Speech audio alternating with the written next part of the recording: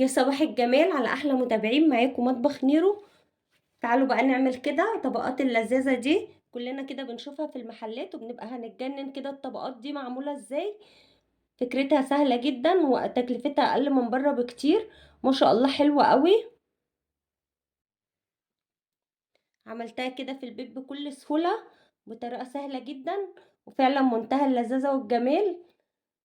وما خدتش معايا وقت خالص، شويه فواكه كده من كل فاكهه حبتين، عملنا الكميه دي كلها ما شاء الله. وقلت برضو لو مش عايزة تعملي عصير مانجا او تكلفي نفسك، تعملي ازاي؟ فكرة بسيطة قوي. تعالوا بقى نشوف كده الجمال واللذاذة دول اتعملوا ازاي. بصوا، احلى حاجة ان احنا لو عندنا مثلا 70 موز، رمانتين، اناناسية، حاجات كده بسيطة، هنعمل احلى فخفخينة في البيت. هركن بقى كده الموز كده. التفاح والعنب عشان هما طبعا مش بيتقشروا، انا غسلاهم بخل وكربونات الصوديوم وكنت نقعهم كده لمدة 10 دقايق. هبدأ بقى كده اقطع الرمان. بسم الله. بصوا ما شاء الله الرمان عامل ازاي.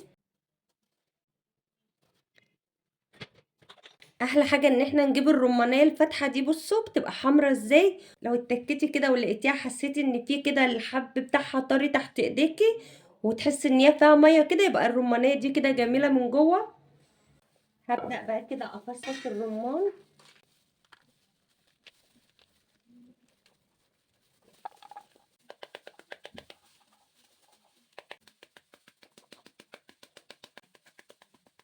ما شاء الله احسن طريقة لتفصيص الرمان، ما خدتش معايا وقت خالص. نعمل بقى التانية كده بنفس الطريقة. بشيل الحتة دي كده بالشكل ده، وبعدين اقوم عاملاها بقى كده، واقوم مفتحاها كده زي الوردة بالشكل ده. بصوا ما شاء الله دي كمان اهي. اختاروا الرمان على الاساس اللي انا قلتلكوا عليه، هتجيبي احلى رمان. هعمل بقى التانية هي كمان وارجع لكم تاني عشان برضو ما اطولش عليكم. خلصت كده تفريط الرمان بالشكل ده. هعمل بقى الاناناس، قشرته كده. هبدأ بقى كده اقطعه. اي نوع فواكه عندك تنفع، مش شرط ان انت تجيبي كمية من الفاكهة. لو كل نوع فاكهة حبتين هتعملي احلى كوكتيل. ومش شرط برضو تحطي كل الانواع، ممكن بس 3 انواع فاكهة. يعني لو عندك كده رمانتين، اناناسية، شوية عنب، موزتين، هتعملي احلى كوكتيل فواكه في البيت. مش مستاهله يعني انه يبقى سعره بره 40 جنيه العلبة. اللي بحس ان هي كبيرة قوي بقطعها كده صغيرة شوية، عشان ما تبقاش برضو كبيرة قوي في وسط الفواكه. اي تقطيع عشوائي كده.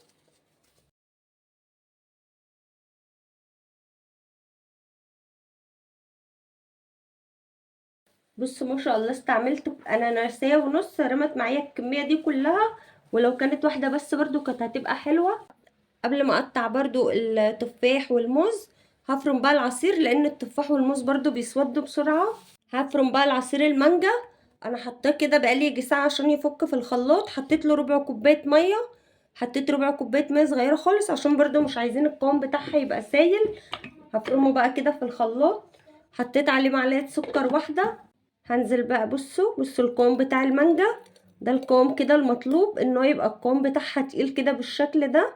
هفرم بقى الجوافة كده. الجوافة دي كانت عندي في الفريزر. بصوا شوية المية اللي انا حطاهم قد ايه.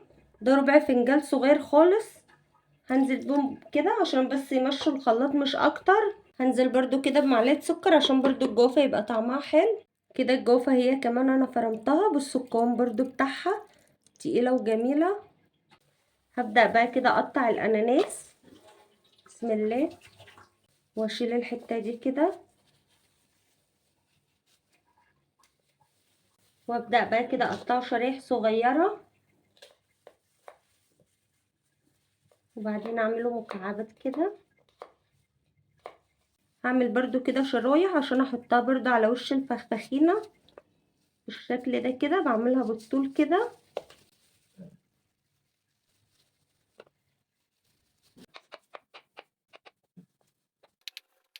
هبدأ انزل بقى كده بشوية من عصير المانجا.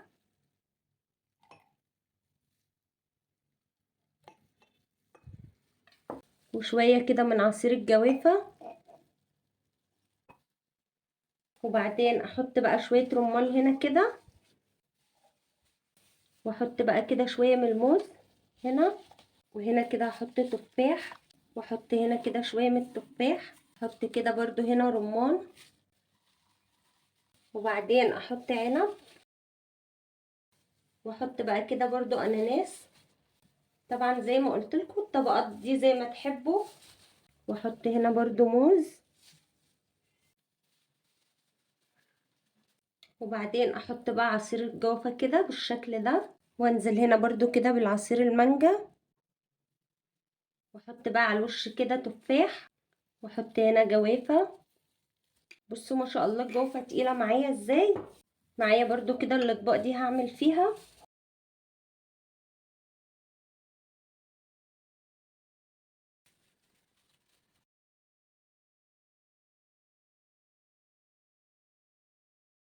احط بقى قطعة تفاح دي كده على الوش. بقيت بقى الفواكه اللي فاضت معايا هقول لكم فكرة برضو حلوة قوي. الفكرة اللي انا هعملها معاكم دلوقتي طول شهر رمضان انا ببقى معتمدة الطريقة دي، تبقى سهلة وسريعة. بقوم مقطعة كده اي شوية فواكه عندي، واقوم بقى حاطة كده كيس الفروتي ده على شوية مية، فروتي مانجا طعم المانجا، وحطيت طبعا معلقتين سكر، وانزل بقى كده بشوية من الفواكه. بصوا ما شاء الله عملنا كمية كبيرة، كل ثمرة فاكهة كده حبتين. بصوا ما شاء الله عملنا كمية قد ايه، مش مستاهلة بقى ان احنا نروح نجيبها من المحلات بقد كده، عملناها في البيت كده بكل سهولة وبأقل التكاليف. دي برضو فكرة قريبة خالص من فكرة البمبوزة، بس بقى من غير الكريم شانتيه، من غير الايس كريم، من غير الحاجات الكتير دي. هي كده حلاوتها ببساطتها. وزي ما قلت لكم لو انتم مش عايزين تعملوا العصير المانجا والعصير الجوافه، شويه فواكه واعملها بكيس فروتي مانجا هيبقى معاكي حلوه قوي. جربوها فعلا هتعجبكم. كده بقى خلصت وصفتي النهارده، اتمنى يكون فيديو النهارده عجبكم، ويا رب اكون كده خفيفه على قلبكم والفيديو عجبكم. واتمنى كده لو الفيديو عجبكم تشجعوني كده باللايك والشير، متنسوش تشتركوا في القناه عشان يوصلكم كل جديد. اشوفكم بقى على خير في فيديو جديد.